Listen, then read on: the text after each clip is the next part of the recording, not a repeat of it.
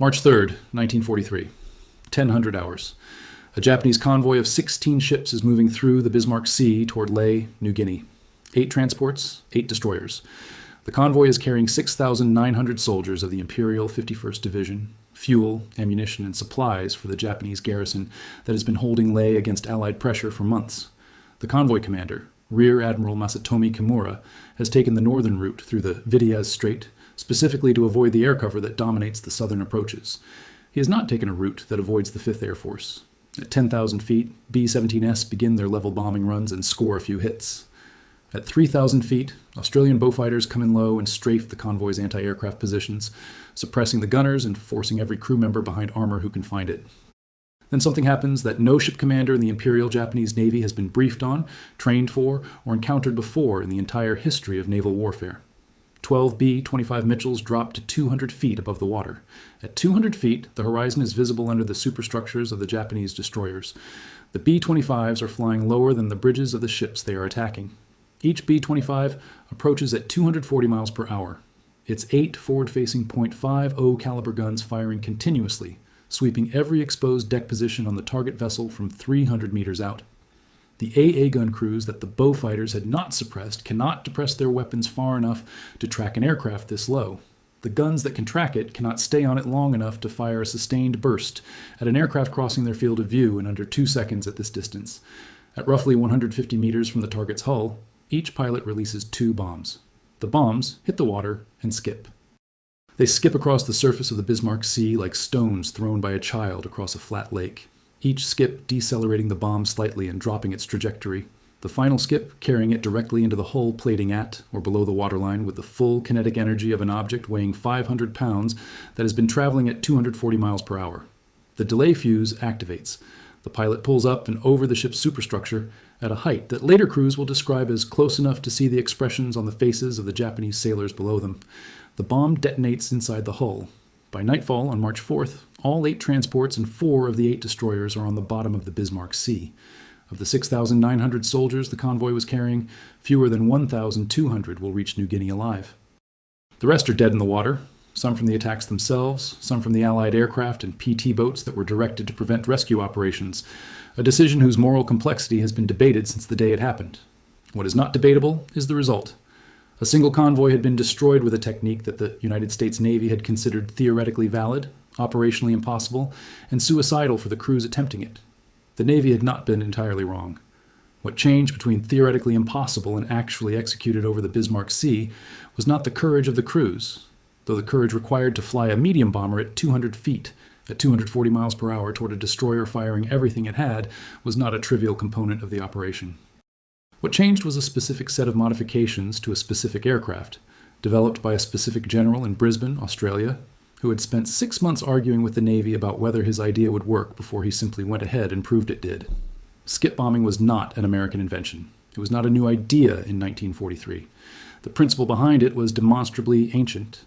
Naval gunners in the age of sail had known for centuries that a cannonball fired at a low angle across water would skip along the surface before reaching its target, and that a ball arriving at the waterline after skipping carried enough remaining energy to do serious damage to a hull it struck.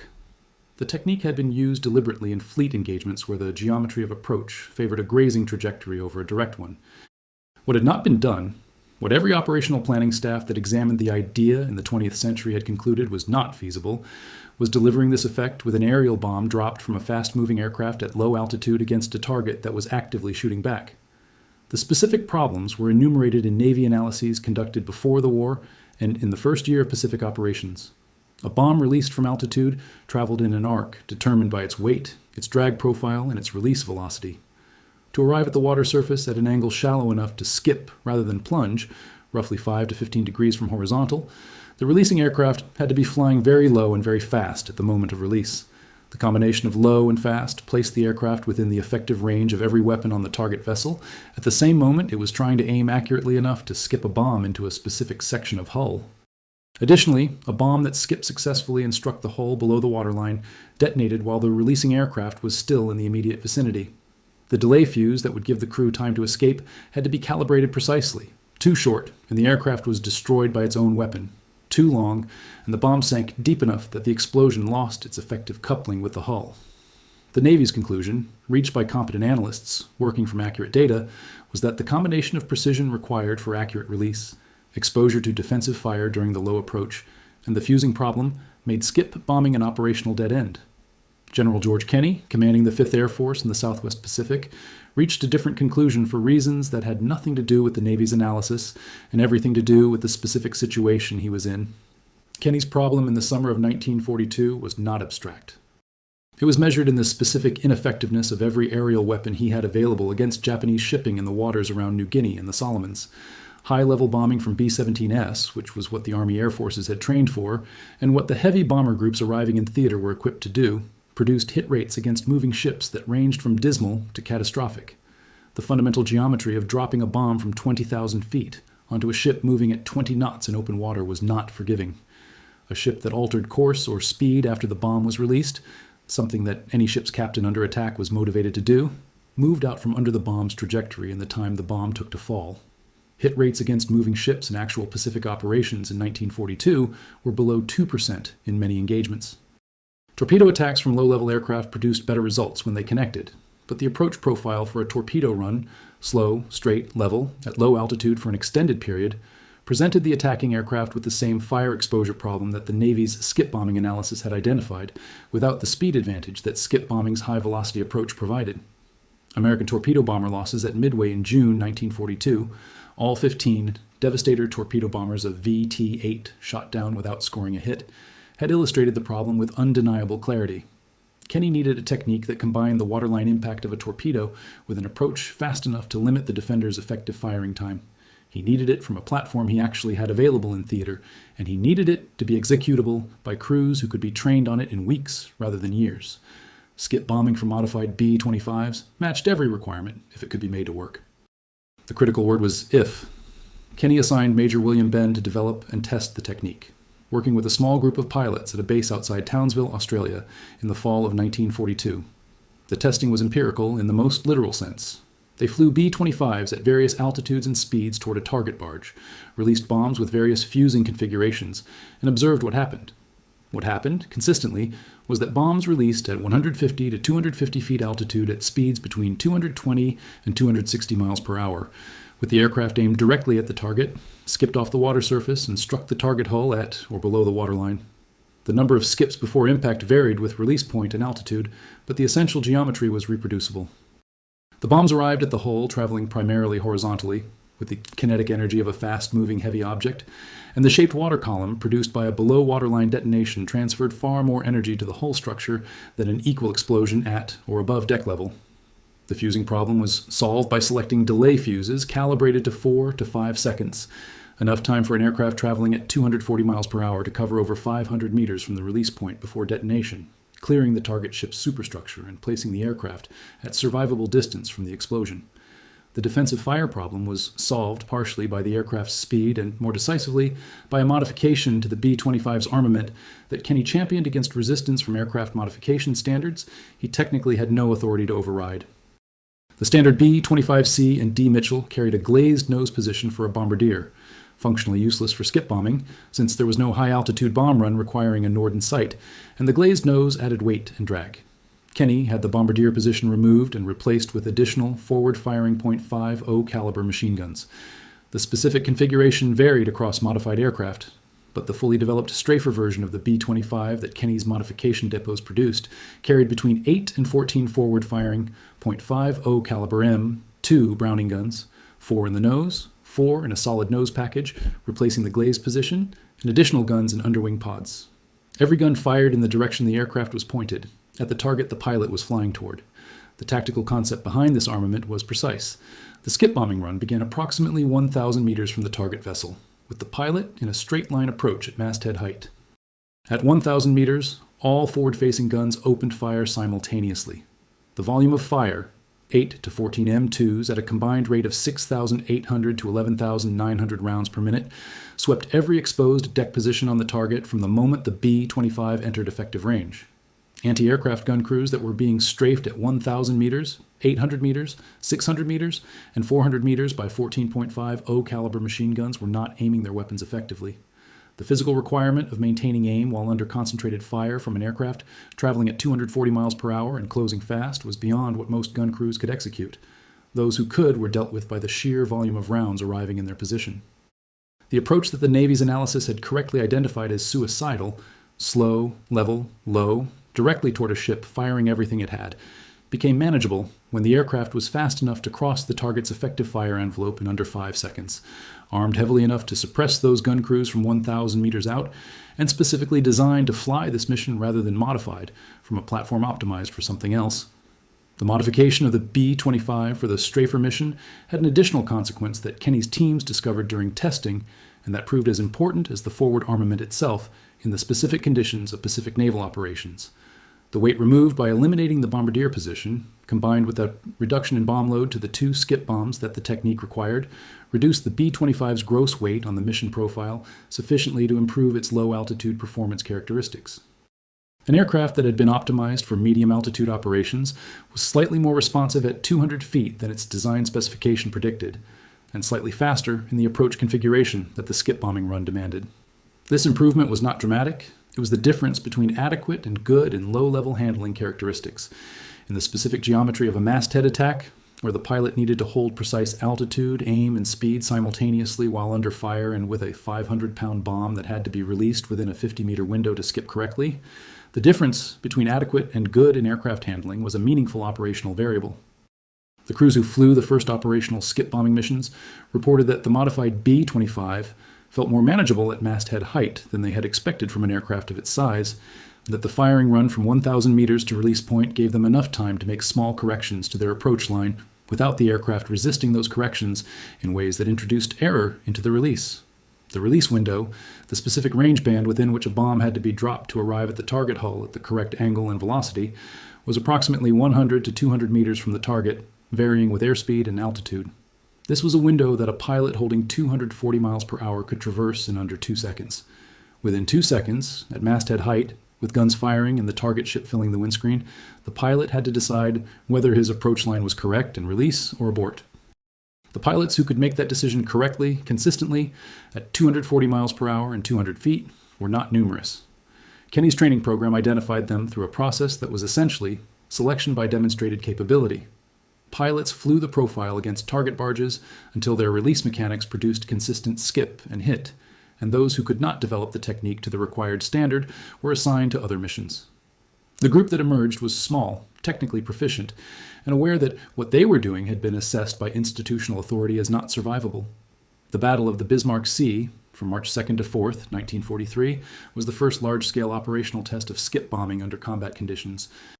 The planning for the attack had integrated multiple aircraft types in a coordinated sequence. High-level B-17 to establish the convoy's position and draw initial AA attention. Australian Beaufighters to execute low-level strafing passes, suppressing the convoy's anti-aircraft gun crews immediately before the B-25 attack, and the skip-bombing B-25s as the primary anti-shipping weapon. The sequencing was timed so that the Beaufighters' suppression run concluded at approximately the moment the B-25s reached their attack positions. The integration was imperfect. Timing in a multi-aircraft attack against a moving convoy over open water involved variables that planning could only partially control. But it was close enough. When the B-25s arrived at their attack altitude of 200 feet, the Beaufighters had spent the preceding minutes making conditions on the transport and destroyer decks difficult for anyone trying to aim an anti-aircraft gun. What followed was documented by Japanese survivors, analyzed by 5th Air Force after-action teams, and studied by every naval air power planning staff in the world over the subsequent months. 8 transports sunk, 4 destroyers sunk. An estimated 3,000 Japanese soldiers killed in the water or aboard ship during the attacks, with additional losses in subsequent days. The 51st Division, which had been scheduled to reinforce Leh, effectively ceased to exist as a combat-capable formation before a single man came ashore. The result was not merely a tactical victory, it was a strategic shift. After the Bismarck Sea, Japanese commanders in the Southwest Pacific Theater concluded that daylight convoy operations in areas within range of 5th Air Force skip bombing-capable aircraft were no longer viable.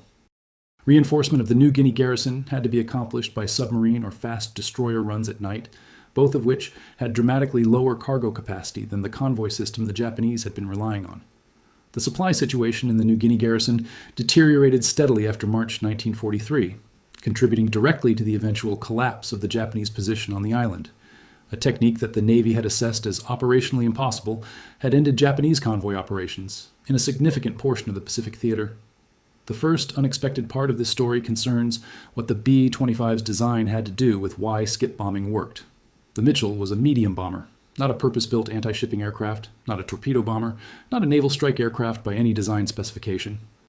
Its twin engines, mid-wing configuration, and relatively clean aerodynamic profile gave it speed and low-altitude stability that the single-engine dive bombers and torpedo planes that dominated Pacific naval aviation had not been designed to provide.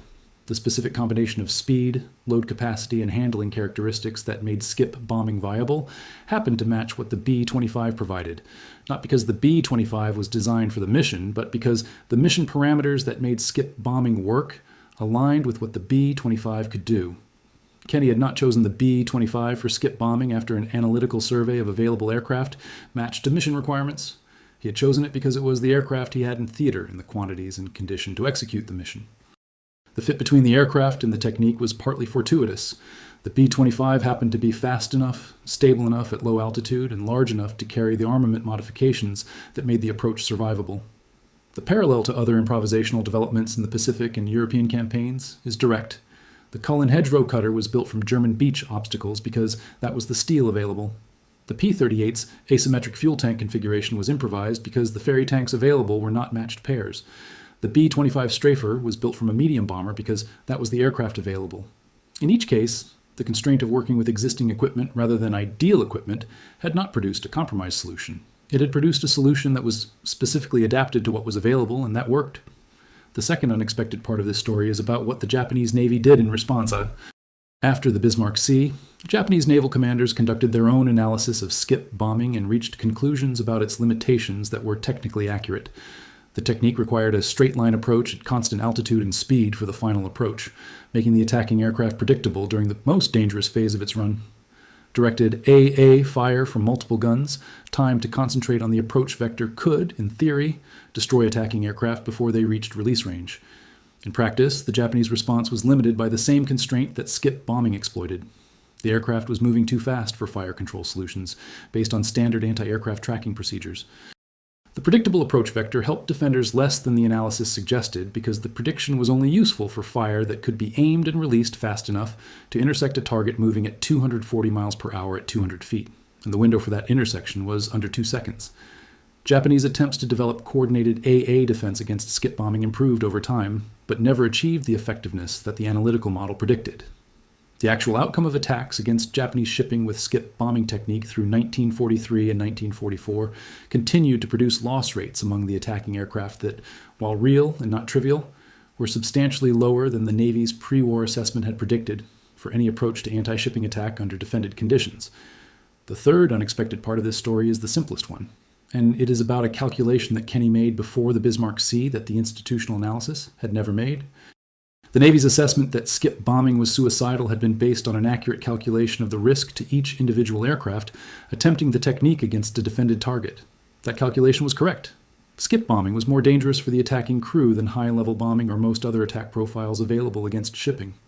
What the institutional analysis had not calculated was whether skip bombing was more dangerous for the attacking crew than the alternative in the specific situation Kenney faced.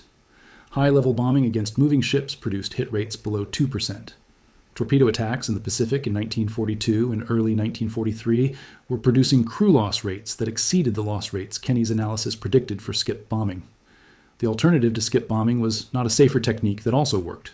The alternative was a safer technique that also did not work, or a technique that worked but at comparable or higher crew cost. Skip bombing was dangerous. It was less dangerous than continuing to conduct missions with techniques that were producing catastrophic losses in exchange for negligible results. The Navy's institutional analysis had answered the wrong question. It had calculated whether skip bombing was safe. Kenney had calculated whether skip bombing was safer than the alternative, and whether the expected damage to enemy shipping justified the expected crew losses given realistic mission performance projections. The Bismarck Sea answered both questions in the same 4 days. 8 transports, 4 destroyers. 16 ships and 6,900 soldiers, and the Japanese capacity to reinforce New Guinea by daylight convoy. All of it removed from the operational equation by a technique that was theoretically impossible, operationally suicidal, and executed by pilots who had trained for months to fly a medium bomber at 200 feet toward a destroyer, firing everything it carried. The delay fuse activated. The bomb detonated inside the hull. The B-25 was already gone.